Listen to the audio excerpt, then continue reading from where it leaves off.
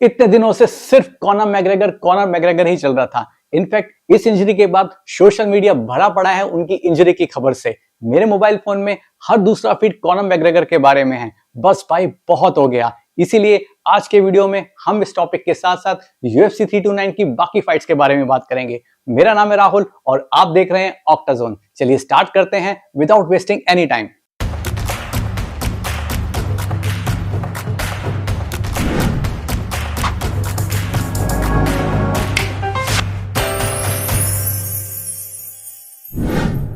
तो भाइयों, पिछले कुछ दिनों से जो इस फाइट का हाइप चल रहा था उसे सिर्फ 69 सेकंड्स लगे खत्म होने के लिए। सब एमएमए फैंस के दिल टूटे होंगे जब रेफरी ने ये फाइट स्टॉप की। ये वही वेन्यू है जहां पे 5 साल पहले कॉनर मैग्रेगर को लेग इंजरी हुई थी। पिछली बार थी लेफ्ट लेग में और इस बार है राइट लेग में। हेटर्स को तो जश्न मनाने का मौका मिल गया होगा। मेरे हिसाब से यूएफसी को किसी भी बड़ी फाइट से पहले न्यू हेयर कट या न्यू हेयर स्टाइल बैन कर देना चाहिए।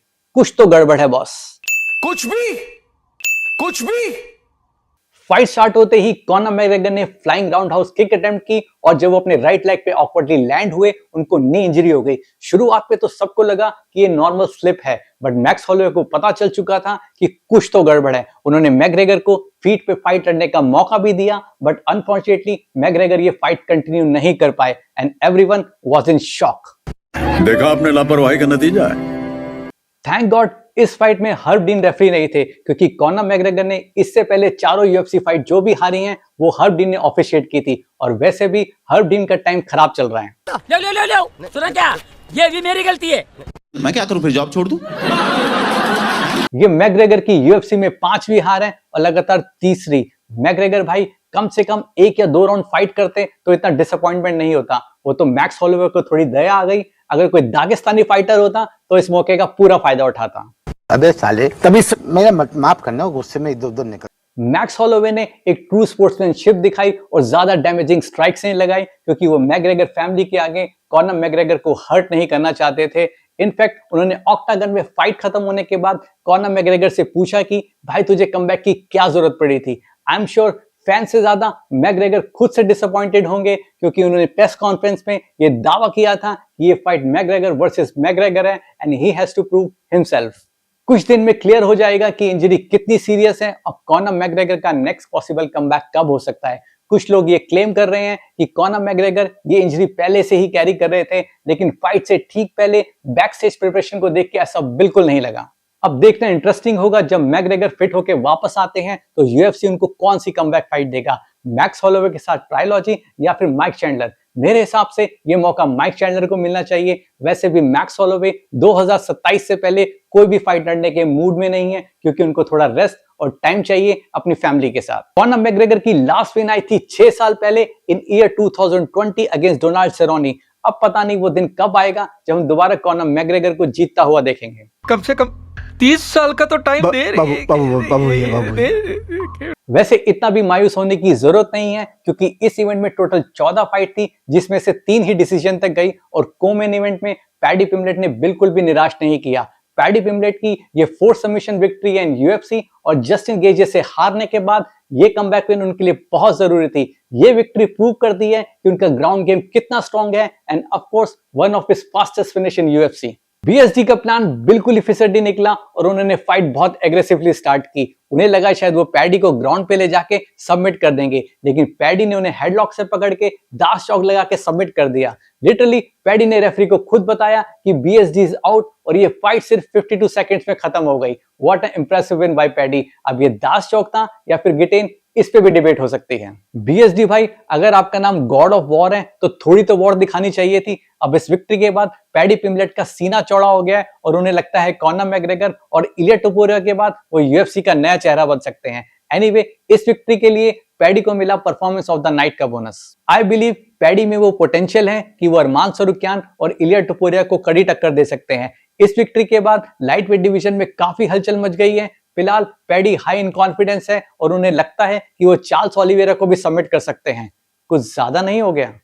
बड़ा हरामी हो बेटा। चलिए अब क्विकली नजर डालते हैं इस इवेंट की बाकी फाइट्स पे जो और भी एंटरटेनिंग रही। फेदरवेट डिवीजन में ल्यूक राइली ने यूएफसी में अपनी लगातार तीसरी विन सिक्योर की बाय टीकेओ। उन्होंने काई कमाका को फर्स्ट राउंड में नॉकआउट कर अपना अनडिफीटेड रिकॉर्ड बरकरार रखा। One more Scouser gets a win.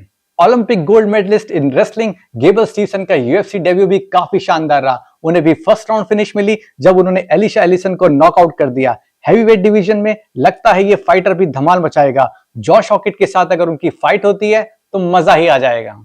सबसे ज्यादा मुझे इंप्रेस किया रॉबर्ट विटेकर ने जब उन्होंने थर्ड राउंड में निकिता किरलॉफ को नॉकआउट कर दिया। ये रॉबर्ट विटेकर की लाइट हैवीवेट डिवीजन में पहली फाइट थी। रॉबर्ट विटेकर बस थोड़ा सा बॉडी कंडीशनिंग पे काम कर लें तो और भी फास्ट और एक्सप्लोसिव हो सकते हैं। 2 बैक टू बैक फाइट हारने के बाद ये विन एक बूस्टर का काम करेगी। लाइट वेट में किंग ग्रीन और टेरेंस मिकनी की फाइट भी फुल एक्सप्लोसिव रही। पूरे राउंड में टेरेंस मिकनी ने किंग ग्रीन को जबरदस्त डैमेजिंग स्ट्राइक्स लगाई और सबमिट करने की भी कोशिश की, बट ग्रीन ने गजब का रेजिलियंस दिखाते हुए फर्स्ट राउंड फिनिश होने से बस 1 सेकंड पहले टेरेंस मिकनी को नॉकआउट कर दिया। फ्लाईवेट डिवीजन में ब्रेंडन रॉयवाल और लोनी कवाना की फाइट रही फाइट ऑफ द नाइट। इसके तीनों ही राउंड बहुत ज्यादा एक्सप्लोसिव थे। दोनों ही फाइटर्स ने गजब का रेजिलियंस और किलर इंस्टिंक्ट दिखाया। थर्ड राउंड में ब्रेंडन रॉयवाल ने लोनी कवाना को रेयर नेकेड चोक लगा के सबमिट कर दिया। बैंटमवेट डिवीजन में भी एक और इंटरेस्टिंग फाइट देखने को मिली, fight between Cory Sandhagen and Mario Bautista. ये फाइट चली पूरे 3 राउंड और काफी इंटरेस्टिंग रही। थर्ड राउंड तक पता नहीं था कि ये फाइट किसके फेवर में जा रही है। मारियो बतुस्ता ने ये फाइट जीती विद यूनानिमस डिसीजन और 2019 की हार का बदला लिया। अब मारियो बतुस्ता अगर एक और फाइट जीतते हैं तो वो टाइटल शॉट के और करीब चले जाएंगे, क्योंकि मारियो बतुस्ता ने लास्ट 10 फाइट्स में सिर्फ एक ही फाइट हारी है। ओवरऑल यूएफसी के लिए इवेंट काफी प्रॉफिटेबल रहा और अगर कॉनर मैग्रेगर की इंजरी नहीं हुई होती तो नैरेटिव टोटली ही डिफरेंट होता। लेकिन इस इंजरी के बाद कॉनर मैग्रेगर के कमबैक पे एक बार फिर से क्वेश्चन मार्क खड़ा हो गया है। कॉनर मैग्रेगर ने प्रॉमिस किया है कि वो जल्दी ही वापस आएंगे, बट देखना इंटरेस्टिंग होगा क्या उनकी कमबैक फाइट पे यूएफसी और फैंस का रिएक्शन सेम रहेगा। क्या वो हाइप, वो ऑरा, वो क्रेज और वो फैन बेस बरकरार रहेगा? क्या यूएफसी और फैंस कॉनर मैग्रेगर को एक बार फिर से मौका देंगे? Bye bye, tata, good bye, गया। आई होप कि आपको आज का वीडियो पसंद आया होगा। Please like, share and subscribe. मेरी हमेशा कोशिश रहती है कि मैं ज्यादा से ज्यादा वीडियो या फिर शॉर्ट्स अपलोड करूं, but due too busy schedule ये पॉसिबल नहीं हो पाता। Please understand, YouTube is not full time for me. ये एक मेरा पैशन है, बस मैं आपके लिए और अपने पैशन के लिए वीडियोस बनाता हूं। Thanks for watching Octazone. Stay sharp, stay fit and have a nice day. Are you not entertained?